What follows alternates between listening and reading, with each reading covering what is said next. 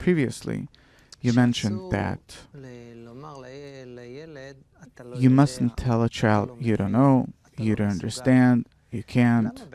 Why actually? Is it forbidden? Because by this you lower his confidence. And in advance he already knows, due to his low self-esteem, that there's no point in turning to anything in life because he won't succeed. So what? You shattered his self-esteem.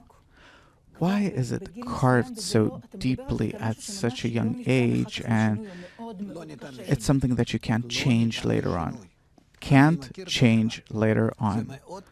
I'm familiar with man's nature. It's going to be very hard for a person. He'll work someplace, he'll succeed in some small things, he'll kind of have a family and everything, but to really go and succeed in life, if his self-esteem was shattered in childhood, he won't be able to do anything. It's a disaster what we sometimes do with our children. You mentioned another thing. You said not to show him that I, the parent, that I'm the hero and that you don't know. I am and you're not. Why is that important? There's no lower self-esteem that you can give a child if this is how you show him things. So this is why I'm saying he has to feel that you're his partner. What about setting boundaries? Sometimes children do things that can be really harmful to them, to their environment, and I, as the responsible parent, I have to set the limits, the boundaries. I can't let him go wild.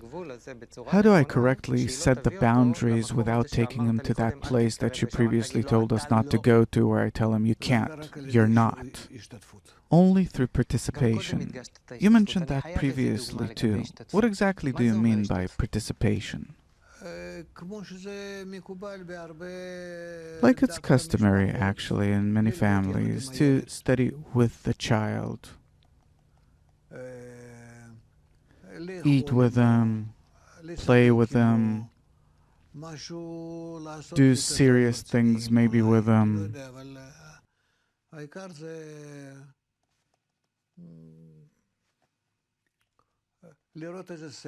Maybe watch the right kind of movie together about nature or about some unique scientist, to watch his biography, suppose.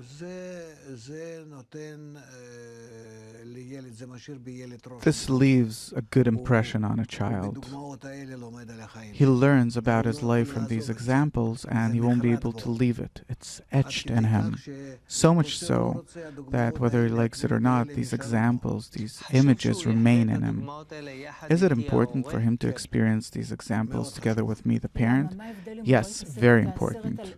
What's the difference if he watches the movie about the scientist by himself or I sit with him?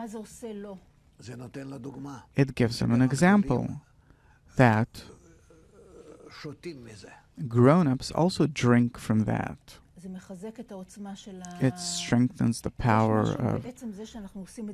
Is there something about us doing it together that also has some added value? Together, of course. He sees that we're participating, that we want it too. That as if without him, we would have watched it anyway. Meaning that now he's on the level of an adult, so it elevates him. Of course, it immediately gives him a high self-esteem.